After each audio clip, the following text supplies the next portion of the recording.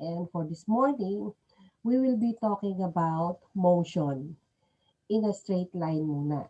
Okay? Motion in a straight line. Because motion does not happen only along a straight line. Minsan ay merong pataas, pababa, okay? Paikot-ikot. But para maintindihan, isa-isa lang. Okay? So, motion in a straight line. Right. So, but before we continue, let me just discuss a concept na medyo madalas na makaligtaan sa pagdidiscuss ng motion. Okay? Kasi this concept is for other ng motion, but it's good to understand na rin. Okay? It's good to understand na rin, alright? So, yeah. So, whenever you describe something that is moving, you are comparing it with something that is assumed to be stationary or not moving. O bakit sinabing assumed? Assumption lang na stationary or not moving. Kasi wala naman talaga, in reality, wala naman talagang bagay na hindi kumikilos. Kahit nakatigil yan, akala mo tumitigil for as long as, o kung, sige, gato na lang. Okay? In reality kasi wala talagang hindi nagmo-move, di ba? Kahit na sabihin mong yung patay, o di ba, nakalibing, ayan, hindi yan nagmo-move. But in effect, it's still moving as long as it is on the earth and the earth is rotating around the sun. So, meron pa ding motion, di ba? Something like that. So, kino-compare natin into something that is assumed to be stationary. Like for example, let me give you a picture of that. Okay? Ayan. If you are riding a train, okay, makasakay ka sa train, okay, tapos yung train tumatakbo na, di ba? Umaandar. And then nakaupo ka lang doon, you're just sitting on the train, alright? You might construe that the person next to you, if you're the one observing, is not moving, okay? And what the people that are moving to you based on your position are the people who are walking on the train. O, kasi may mga tao naglalakad naman kahit umaandar yung train, di ba? And for you, because you're the one observing, they are the ones that are moving on the train. Okay? Now, your view is based on a reference that is the train. Okay? So, ibig sabihin, the person sitting next to you, if you're the one observing, is not moving relative to the train. Okay? But in effect, if the person who is observing is outside the train, kunyari nandun sa waiting shed o nasa platform, and then he sees you, nakaupo sa train, pero yung train umaandar, he will conceive you as moving because her reference frame is the earth, diba? The ground. So, relative to the ground because the train is moving. So, yun yung sinasabi natin na comparing with something that is assumed to be stationary or not moving. Okay? So, the background that is used for comparison, you call that the frame of reference. O, diba? So, if you are on the earth, halimbawa, even if everything stands still on the earth, okay? Lahat ng nandoon. And for as long as the earth is rotating around the sun, then there is still moving or there is motion. Okay? Because if the person is observing you, let's say from the moon, then you are moving because the earth is rotating around the sun. So, yan yung tinatawag natin na frame of reference. Okay? So, the frame of reference used depends on the type of movement and the position from which you are observing. Kagaya nga ng sinasabi ko kanina, di ba? Okay, so no frame of reference is more correct than any other. Okay? Than any other. So there's nothing more correct. So it always depends on your frame of reference. Okay? Depende lagi sa iyong na-observe. Okay? With relative to what background. Okay? So it's always the background that you use, right? So all movement is described according to some frame of reference. Diba? All movement. O kaya lang, syempre, for our discussion of motion, right? Yun. So later on siguro in your higher learning of motion, yung concepts about motion, saka pa lang magiging clear or apparent or makikita nyo yung impact ng frame of reference. In fact, class, as far as I know, yung frame of reference, yan yung ginamit ko sa, nakita niyo ba yung movie na, napanood niyo ba yung movie na Back to the Future? Ganyan. Something like that. So, may mga frame of reference, di ba? Yan. Okay. Anyway, so to start with, let us now move on to motion. So, before we can measure motion, siyempre, i-describe muna natin siya. Okay, so, how do we know that there is motion? Okay? So, any change in position, okay, in a certain amount of time is motion. Like, for example, you are at one end of a hall, tapos naglakad ka towards the end. So, that is the change in position na sinasabi natin. Now, if you measure how much time it took you to travel from one end of the hall to the other end, okay, then and then you get the rate at which you covered that distance, then you are actually measuring motion, di ba? But what kind of motion? Okay? So, motion in straight line muna tayo. So, first, let us discuss what speed is. So, speed is the rate at which an object moves. So, pag sinabi nating rate, there is a time element. So, kagaya kanina, di ba sinabi ko, if you move from one end of the hall towards the other end, tapos mineasure mo yung time that took you to cover that distance, then you get the ratio of the distance over that time, okay? Then that gives you speed. Okay? How fast did you go? Did you travel that distance? Yung ibig sabihin. So, it's symbol, speed is equal to distance over time. Okay? Ayan. So, speed is distance over time. Alright. So, using this formula, you can compare the distance and time that two runners can run or that two cars can travel or any other. If you're comparing, di ba? Okay. Speeds of various objects that are moving. So, let's say two runners yung kinoconsider natin here. Okay? So, like for example, if two runners run the same distance, okay, the same distance yung tatakbo nila, kagaya sa mga track and field, di ba? Yung mga takbuhan na, na competition, di ba? They're going to run a distance of 100 meters, 200 meters, something like that, di ba? Kaya tinatawag natin 100-meter dash.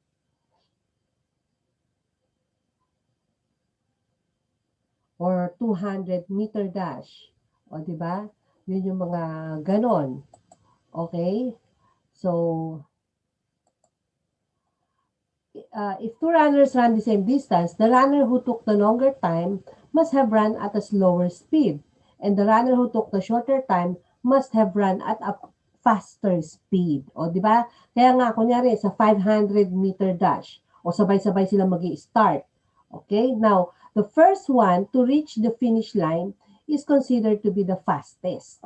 O, di ba? Kasi it took him the shortest period of time to cover the 500-meter distance. So, yan yon.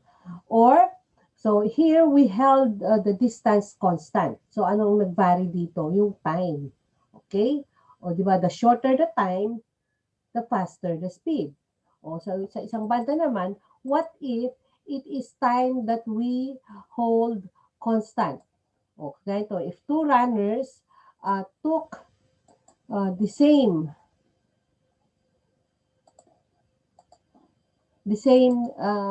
time, amount of time, okay, to travel, di ba? So, yung time ang i-constant natin. Kunyari, after 10 minutes. Okay, so, tatakbo sila after 10 minutes. Okay? So, after 10 minutes, you measure the distance that they have covered. Of course, the one who covered a longer distance ran faster. O, di ba? Kasi in this case, the longer the distance, the faster the speed. Okay? Yan. All right. So now how do in measuring, of course, we make use of units. Okay. So distance is usually measured in meters or in kilometers, although the unit that we use to measure distance is not limited or not confined only in meters or in kilometers. Others are measured in miles, in feet, or in inches, centimeters. But when we talk about moving objects, like for example, running or traveling car or train, usually we measure, okay, distance in meters or kilometers. And the time is measured usually in seconds or in hours, okay? So that is why speed is usually measured in meters per second or in kilometers per hour, okay? So, I hope that is clear. Right, so, continuing, ayan. In addition to speed, o, di ba? Direction in which an object move is needed to describe motion because objects do not move, tawag dito, um, just in one direction, okay? They could be moving in various directions, di ba? So it's important that direction should be described as well alongside the speed. So to describe both the speed and the direction of motion, velocity is needed. Okay, velocity. So here we can say that, oh, sige, let's have an example here. Suppose a runner moves eastward at 10 meters per second. Her speed is 10 meters per second, but her velocity is 10 meters per second eastward or towards the east or east. So this is an example of velocity. Okay? So makita nyo, both velocity and speed have the same numerical um, value in this case, okay? But one has been described with direction. So kung minsan it's better, 'di ba? Na i-ano natin yung direction. So mamaya we will be able to see yung advantage of velocity over speed, okay? So if we put that in symbol, since parang speed lang din siya plus the direction, then to get the magnitude of the velocity of a moving object, we make use of this formula. Okay, so velocity equals distance over time. So makikita nyo kanina, speed is also equal to distance over time.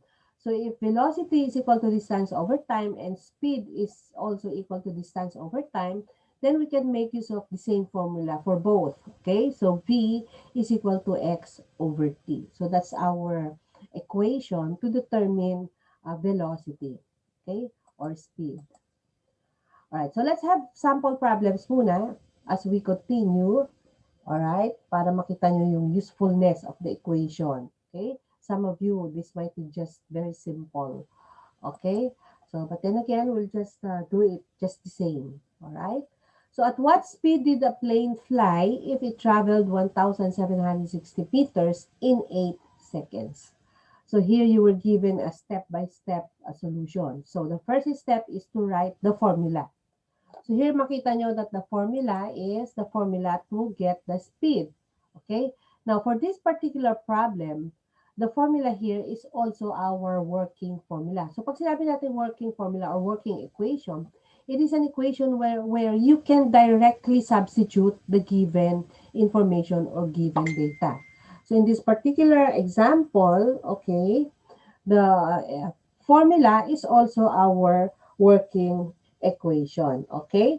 Kasi ang tinatanong mismo is yung speed. Alright? O kasi pag minsan pwedeng tanungin ay time, pag minsan naman ay distance. Okay? So you have to rearrange the formula to come up with a working equation. Alright? So since this is our working equation na, we can already substitute directly the data. Okay? The given data. So for distance, we have, o kasi speed equals distance over time.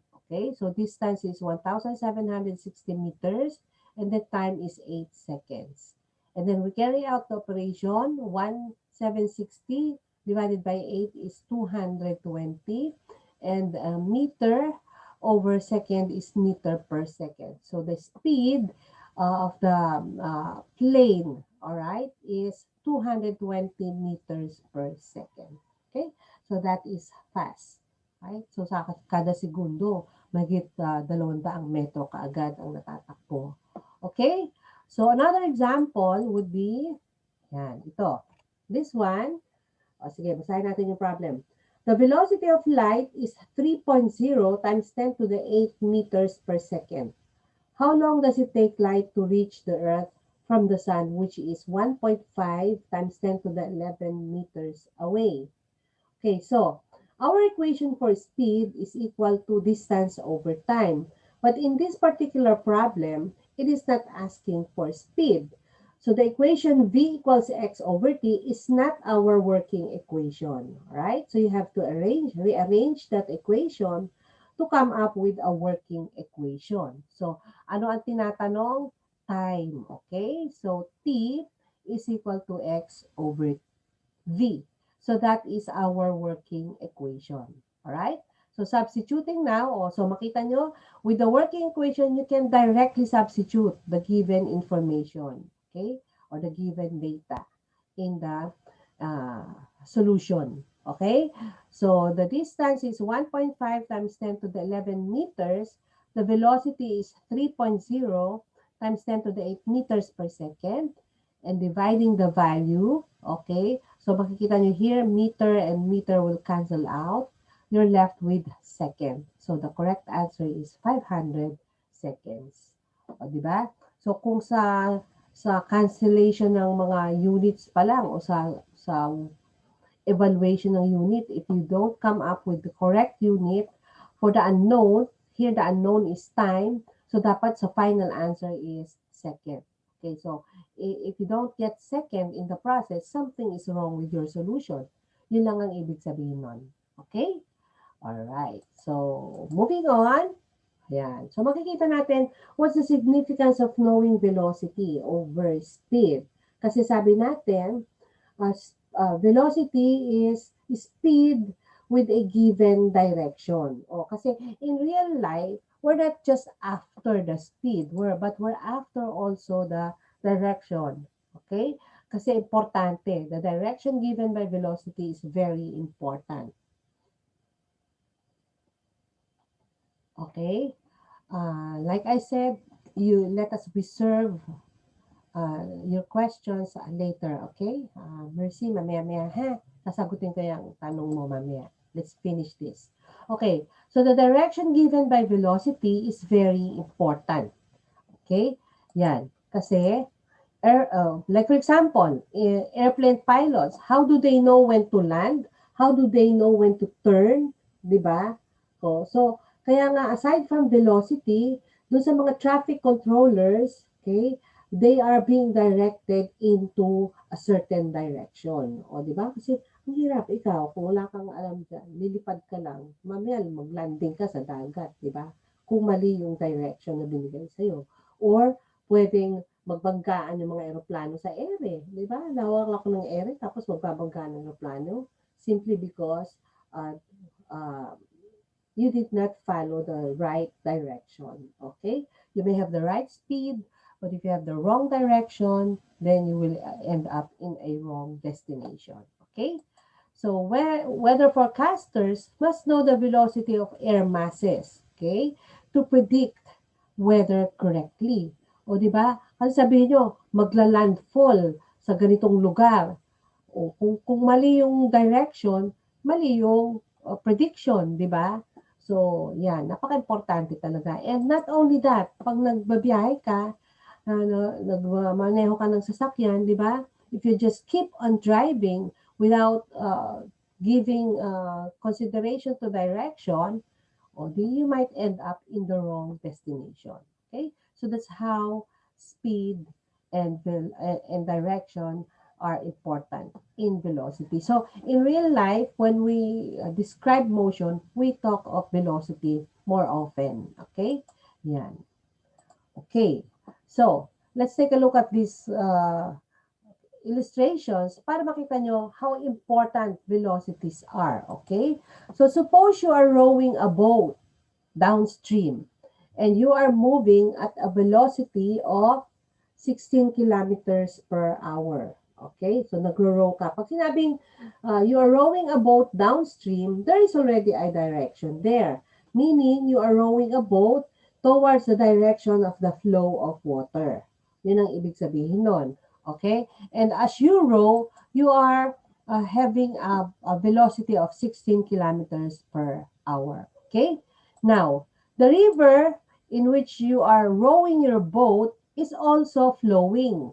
Okay? So, the flow is also motion. Okay? Dahil moving siya, meron din siyang velocity. Okay? So, let's say the velocity of the river, the flowing river is 10 kilometers per hour.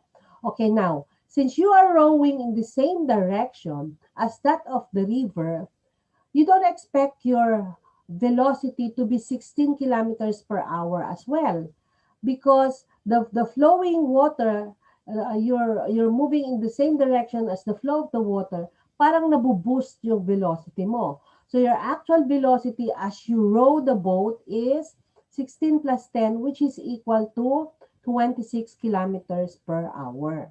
So yun yung iyong actual velocity. Okay? So because you are rowing in the same direction as the river is flowing, your total velocity is actually 26 kilometers per hour. Okay? So this is a principle of combining velocities, which means that two velocities moving in the same direction are added together. O, di ba? Now, supposing, in the same direction kasi may kanya-kanyang velocity. Ikaw as you row and the river as it flows, and then since they are in the same direction, okay, uh, your actual velocity is 16 kilometers per hour because the flowing water is pushing you at 10 kilometers per hour. Yun ang ibig sabihin nun. Alright? Now, but if you, supposing, what if you have been rowing against the stream? What do you think would be your velocity? So, against. Alright. So, ibig sabihin, nagro-row ka ng boat in the opposite direction as to the flow of the water. Okay? So, let us say that you are still rowing at 16 kilometers per hour. Yun yung sarili mo. Okay? But the river is flowing in the opposite direction at 10 kilometers per hour.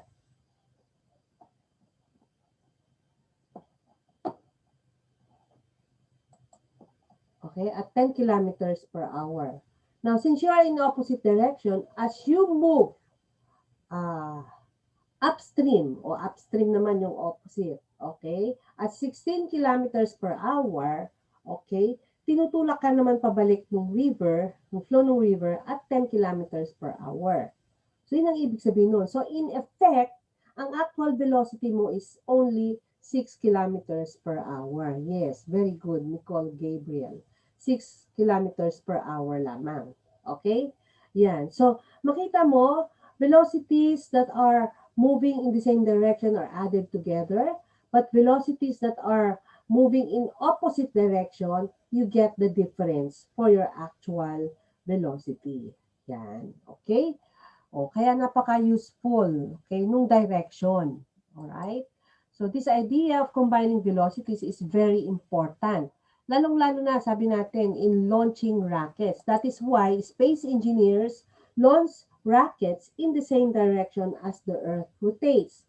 Kasi mabuboost, diba, yung velocity ng rocket ship, okay, into outer space. So, kunyari, meron siyang sariling velocity, yung rocket, and if it moves in the same direction as the Earth rotates, okay, yan, the velocity of the rocket ship will be boosted, mabuboost siya, okay, and it's going to reach the outer space or the space, kung saan man yan, okay, at a faster speed, okay, at faster velocity, alright? Okay, so with that, siguro in our succeeding discussions, we can already use the speed and velocity interchangeably, but we mean more of velocity, okay? Velocity, all right. Okay, so that's all about speed and velocity. Now, if you are riding, okay, if you are riding a roller coaster, di ba? Sa roller coaster kasi merong pagbilis, merong pagbagal ng takbo, at meron ding pag-turn, okay? pag-change ng direction. Okay?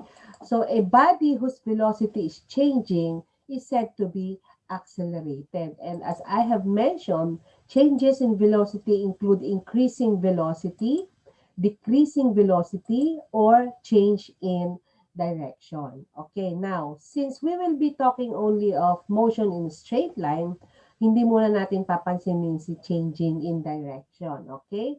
So this would be included in more advanced topics like motion along a circular or circular motion, something like that. Okay? So straight line motion lang muna tayo. Alright? So we'll just focus on increasing and decreasing of velocity.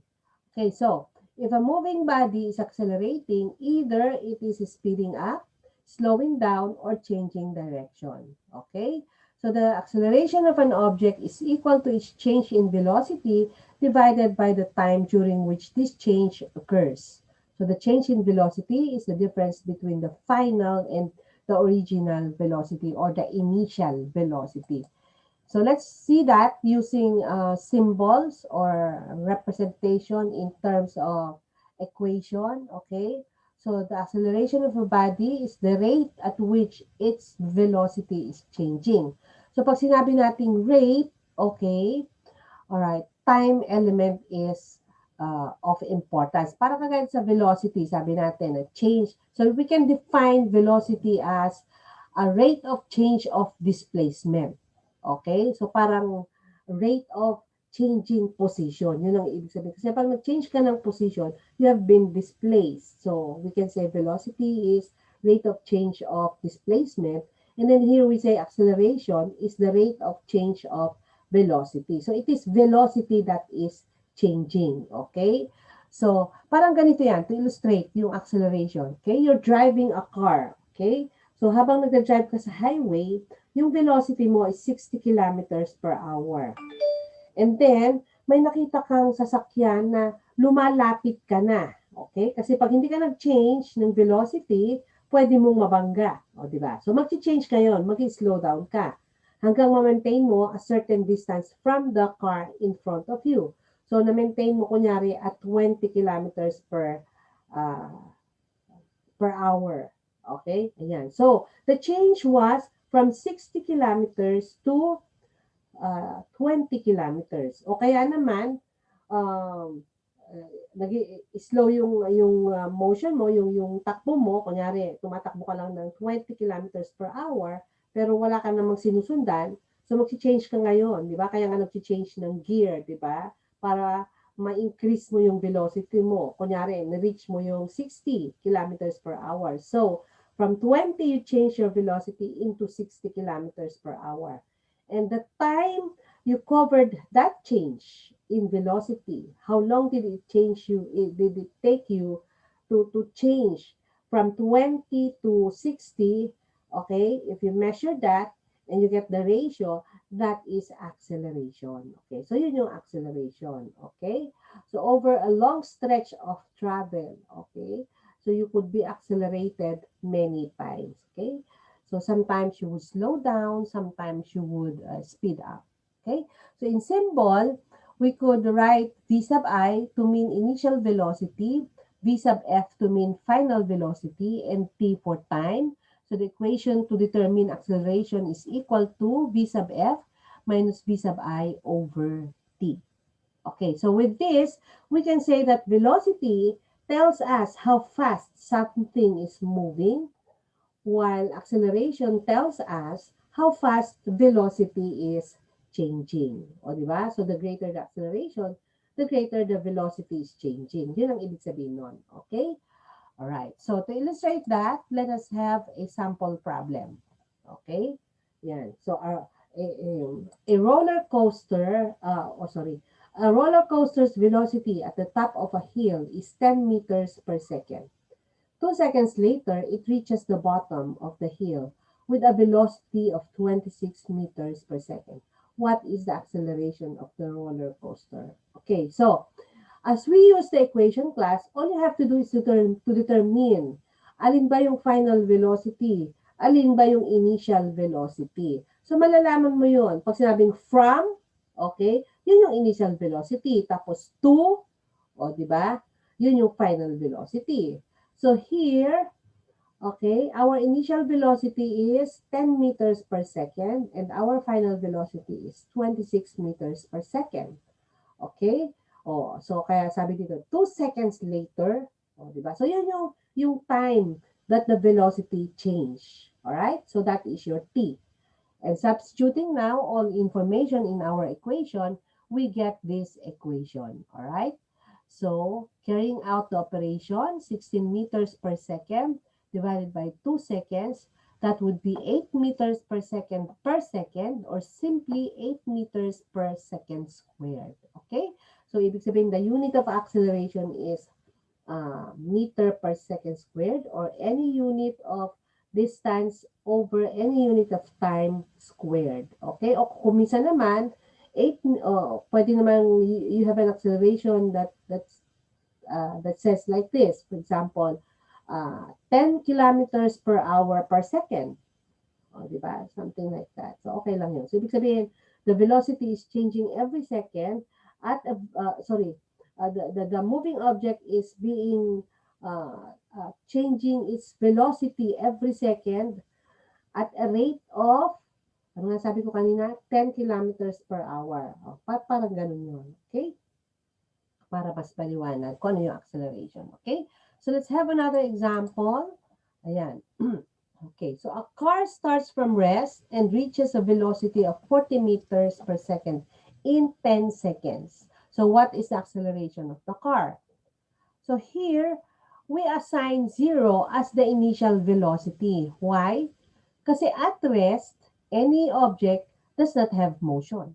So if it does not have motion, then there's no velocity. Kaya 0. O, di ba? Okay, and the final velocity is 40 meters per second, and that change from 0 to 40 took 10 seconds. Right? So this is our solution to come up with 4 meters per second squared. Okay? So I hope that's clear. All right. Ayan. All right. So I'm going to give you some practice exercises, okay, regarding about motion. But before that, let me give you a summary of what we have discussed, di ba? Sabi natin, motion along a straight line, and then we said speed is the rate of change of displacement, or in other words, uh, the it is actually the total distance covered, okay, by a moving object over a certain period of time. Okay, now velocity on the other hand is speed with direction. Okay, and we saw that there are a lot of practical usefulness for velocity over speed. Okay, and then sabi natin acceleration is the rate of change of velocity. Okay, so it is actually the ratio of the change in velocity over a certain period of time. Okay, yun. So with this, I have given you some examples. So here are some problems from in which you can have practice solving, di ba? You can just copy it now, or you can screenshot it or picture it out. Okay, so that we can go back. Okay, ayan. So that ends our discussion already about the motion along a straight line.